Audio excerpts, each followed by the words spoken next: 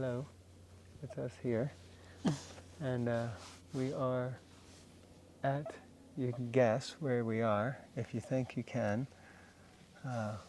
We are definitely at the Grand Canyon. Yeah, we're at the Grand Canyon. And just over that edge there, which I wanted, by the way, I wanted to go there and read, but this one here, That ain't happening because I'd faint and fall over the side, and then that would be the end of that. so this is as close as we can get. But we're here at the Grand Canyon. If Bhava Bhakti is so inclined, or actually not, if you want, you can go to the Bhakti Vision YouTube and follow Wandering Krishnas, and we'll show you some rocks. Don't say it all here. Okay, yeah. But you You're giving it away. Okay. The point is, just go to Bhakti Vision YouTube channel, and we have day 5 of our cross-country drive, which is all about the Grand Canyon and amazing views and everything. Okay. But now we're going to read from the Srimad Bhagavatam. Om Namo Bhagavate Vasudevaya. Om Namo Bhagavate Vasudevaya. Om Namo Bhagavate Vasudevaya. Canto 3, Chapter 28, Text 21. Chapters entitled Kapila's Instructions on Devotional Service. The devotee should first concentrate his mind on the Lord's lotus feet, which are adorned with the marks of a thunderbolt, a gold, a banner, and a lotus. The splendor of their beautiful ruby nails resembles the orbit of the moon and dispels the thick gloom of one's heart. Wow, that's so beautiful. It's worth reading again. What do you think? The devotee should first concentrate his mind on the Lord's lotus feet. Everybody concentrate your mind. Good Picture Lord. the Lord's lotus feet as Bhava Bhakti is describing. Which are adorned with the marks of a thunderbolt, a goad, a banner, and a lotus. The splendor of their beautiful ruby nails I've got ruby nails. I've got my nail varnish anyway. Come on. Resembles the orbit of the moon and dispels the thick gloom of one's heart. So if you're feeling a little heaviness in your heart, just meditate on the ruby nails of the Lord's lotus feet. And anyway. Purport. The Mayavadi says that because one is unable to fix his mind on the impersonal existence of the Absolute Truth, one can imagine any form he likes and fix his mind on that imaginary form, but such a process is not recommended here. Imagination is always imagination and results only in further imagination. That's a really powerful point, actually, So whatever you imagine, that's cool, you can do it, but it's still just going to be your imagination. It don't matter if you say, the Absolute Truth is like this, or this is that. It's just what it comes down to. Whereas what we've just described is not coming from someone's imagination, it's coming from Shastra, and it's coming as a direct description of the lotus feet of the Lord. Next paragraph. It's actually, it's usually pretty quiet here. But because there are quite a few tourists like us making noise, of course we're not making noise. We're transmitting spiritual sound vibration. Noise. Yeah. A concrete description of the eternal form of the Lord is given here. The Lord's soul is depicted with distinctive lines resembling a thunderbolt, a flag, a lotus flower, and a goad. The luster of his toenails, which are brilliantly prominent, resembles the light of the moon.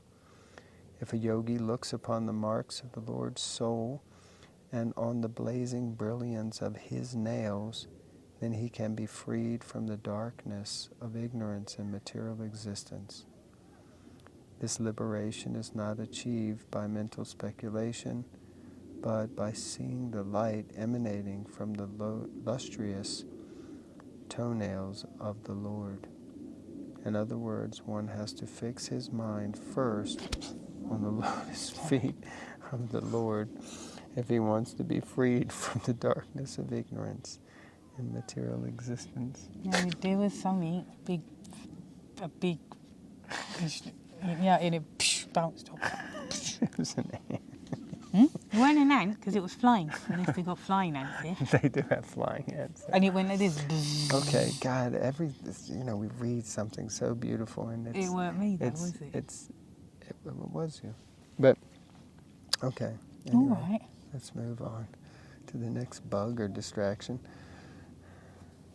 All right, text 22. I apologise for being affected by other living entities on the edge of a cliff, a big cliff.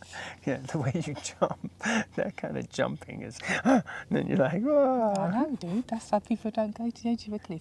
But anyway, text 22. The blessed Lord Shiva becomes all the more blessed by bearing on his head the holy waters of the Ganges, which has its source in the water that washed the Lord's lotus feet.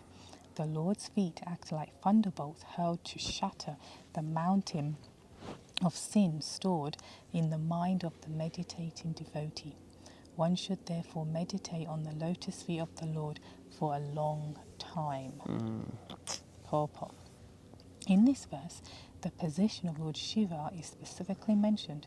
The impersonalist suggests that the Absolute Truth has no form, and that one can therefore equally imagine the form of Vishnu or Lord Shiva, or the goddess Durga or their son Ganesh. But actually the Supreme Personality of Godhead is the Supreme Master of everyone. In the Chaitanya Charitamrita, it is said, Ekale Ishvara Krishna, Ara Sabha Bhritya. The Supreme Lord is Krishna, and everyone else, including Lord Shiva and Lord Brahma, not to mention other demigods, is a servant of Krishna. The same principle is described here. Lord Shiva is important because he is holding on his head the holy Ganges water, which has as its origin in the foot wash of Lord Vishnu. In the Hare Bhakti Vilas by Sanatana Goswami, it is said that anyone who puts the Supreme Lord and the demigods, including Lord Shiva and Lord Brahma, on the same level, at once becomes a pasandi or atheist. We should never consider that the Supreme Lord Vishnu and the demigods are on an equal footing. Thoughts? I was just thinking, Prabhupada just stressing that don't put the demigods on an equal level as Lord Vishnu. Okay, yeah, that's the basic thing. There is actually, that's one of the offenses, to consider the names of demigods like Lord Shiva or Lord Brahma to be equal to or independent of the name of Lord Vishnu.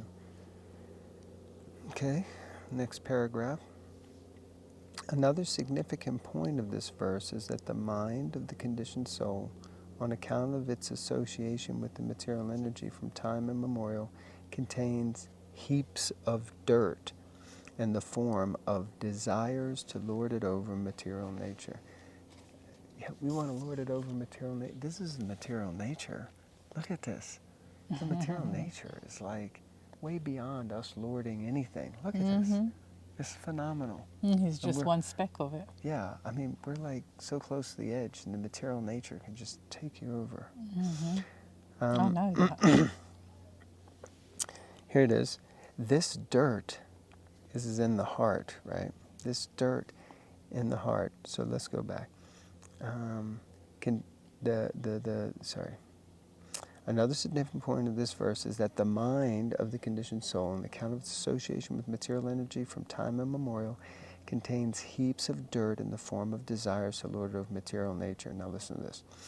This dirt is like a mountain, but a mountain can be shattered when hit by a thunderbolt. Meditating on the lotus feet of the Lord acts like a thunderbolt on the mountain of dirt in the mind of the yogi. If a yogi wants to shatter the mountain of dirt in his mind, he should concentrate on the lotus feet of the Lord and not imagine something void or impersonal. Because the dirt has accumulated like a solid mountain, one must meditate on the lotus feet of the Lord for quite a long time. For one who is accustomed to thinking of the lotus feet of the Lord constantly, however, it is a different matter. The devotees are so fixed on the lotus feet of the Lord that they do not think of anything else. Those who practice the yoga system must meditate on the lotus feet of the Lord for a long time after following the regulative principles and thereby controlling the senses. I thought that was powerful. Nice analogy that the contamination of the desire to lord it over the material energy is like a mountain, but the mountain can be shattered by the thunderbolt, and that thunderbolt is the lotus feet of the Lord. But we have to concentrate on the lotus feet of the Lord a lot because we have such a huge mountain of contaminated consciousness. But those who practice this, meditate on the Lord's lotus feet, for them, they're experiencing, if the mountain has already been destroyed, when they meditate on the lotus feet of the Lord, they go there to the lotus feet of the Lord with the Lord, and it's just a different experience. It is specifically mentioned here, Bhagavatas Charana Ravindam. One has to think of the lotus feet of the Lord.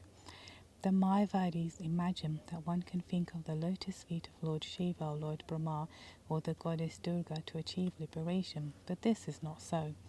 Bhagavata is specifically mentioned. Bhagavata means of the Supreme Personality of Godhead Vishnu and no one else. Another significant phrase in this verse is Shiva Shiva Bhut. By his constitutional position, Lord Shiva is always great and auspicious. But since he has accepted on his head the Ganges water which emanated from the lotus feet of the Lord, he has become even more auspicious and important. The stress is on the lotus feet of the Lord. A relationship with the lotus feet of the Lord can even enhance the importance of Lord Shiva. What to speak of other ordinary living entities? Interesting.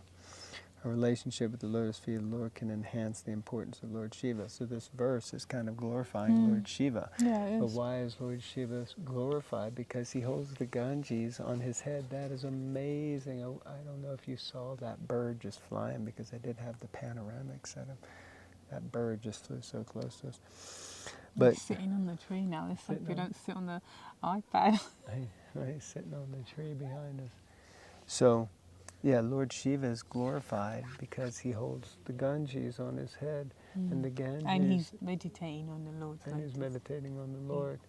So the Ganges is sacred because it's washed the lotus feet of the Lord. So everything in relation to the Lord is glorified. It's a win-win. It's a win-win, yeah. Okay, how long is the next purport? Should we do one more or call it a day? I'm not sure. I'm just feeling at one with the Grand Canyon.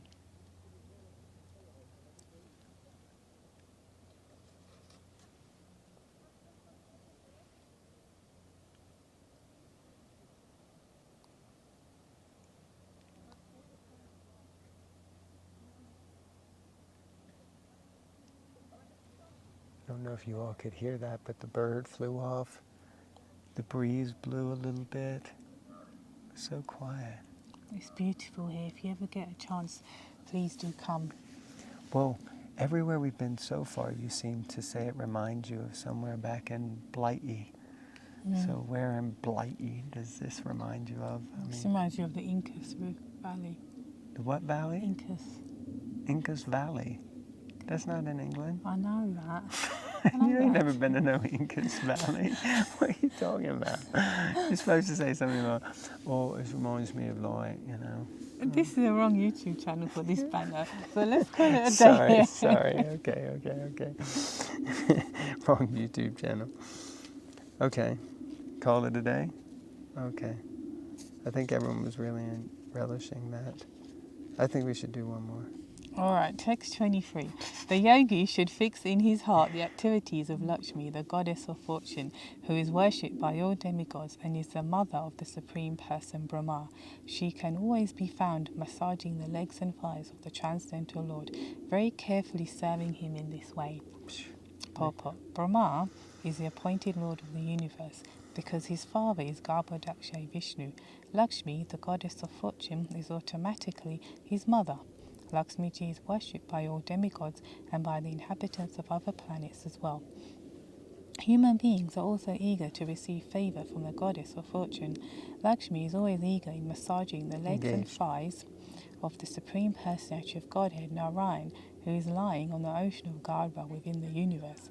Brahma is described here as the son of the goddess of fortune, but actually he was not born of her womb. Brahma takes his birth from the abdomen of the Lord himself. A lotus flower grows from the abdomen of Garbhodaksha Vishnu, and Brahma is born there. Therefore, Lakshmiji's massaging of the thighs of the Lord should not be taken as the behaviour of an ordinary wife. The Lord is transcendental to the behaviour of the ordinary male and female. The word Abhavashya is very significant, for it indicates that he could produce Brahma without the assistance of the goddess of fortune.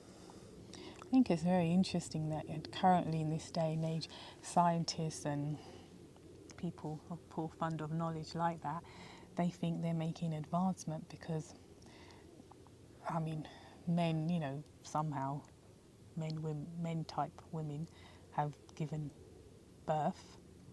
It's not a popular thing, but my point is, Lord Vishnu is the original male, Purusha.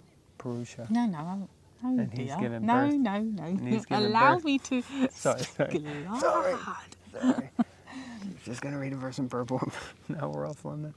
Go ahead. Oh my God. Cool.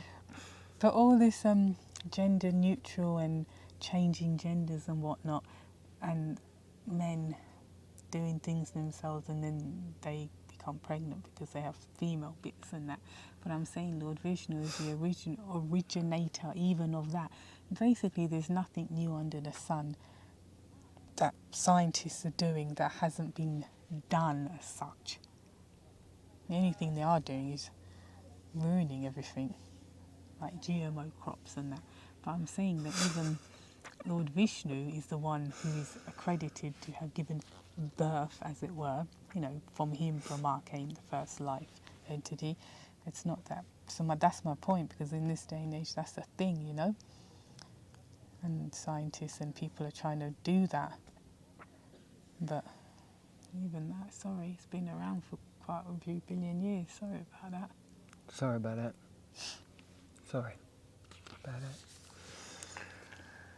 Next paragraph. Oh, yeah, I don't have anything to say. Since the transcendental behavior is different from mundane behavior, it should not be taken that the Lord receives service from his wife, just as a demigod or human being might receive service from his wife. It is advised here that the yogi always keep this picture in his heart. The devotee always thinks of the relationship between Lakshmi and Narayan. Therefore, he does not meditate on the mental plane as the impersonalists and voidists do. Another thing I was thinking earlier, just real quick, is that, and if you look at the Bhakti Vision following our journey across the country, you'll see that today we've just seen 3 stones. And those 3 stones were Shiva, Brahma, and Vishnu. And each one of those has been glorified here now. By, you could say randomly, we're just reading in the Bhagavatam, we just saw these stones, and there are entire sections of the Grand Canyon that are named after these personalities. Incredible. I didn't know that. Well, we didn't know that before we came here, and we didn't know we were going to read those verses. And for me, this is significant. Absolutely. That this is happening. Absolutely. It's just like perfect timing. And I feel very much more connected, you know, knowing. Of course, there are many other mundane names as well, but... No, but that's far out. So the point is that if you go to the Bhakti Vision channel, we filmed that, and of those stones, they have them along the pathway, and they're called Brahma granite, Vishnu granite, and Shiva. Well, they're not granite, but it's called... Like, it's schist. Schist. Oh, shit. Not shite. I don't know if we have to bleep that out, but it's schist, I think it is. But that's far out. I think and actually some of the oldest sections. Yes. Those are the, and Rama. We haven't read about Rama yet, but anyway, maybe Prabhupada will mention Rama. Okay, final verse. paragraph. Bhava means one who accepts a material body. There you And go. abhava means one who does not accept a So we material have to body. start calling her Bhava Bhakti. I apologize But if you this can't isn't- hear this what I'm isn't- saying because someone's talking over me. This isn't Bhava, it's Bhava. It's Bhava. It's short A's. So you're Let's see what Prabhupada says. Oh, okay. Oh, Shripad Jai Nitai. Bhava means one who accepts a material body, and abhava means one who does not accept a material body, but descends in the original spiritual body. Lord Narayan is not born of anything material. Matter is generated from matter, but he is not born of matter. Brahma is born after the creation, but since the Lord existed before the creation, the Lord has no material body.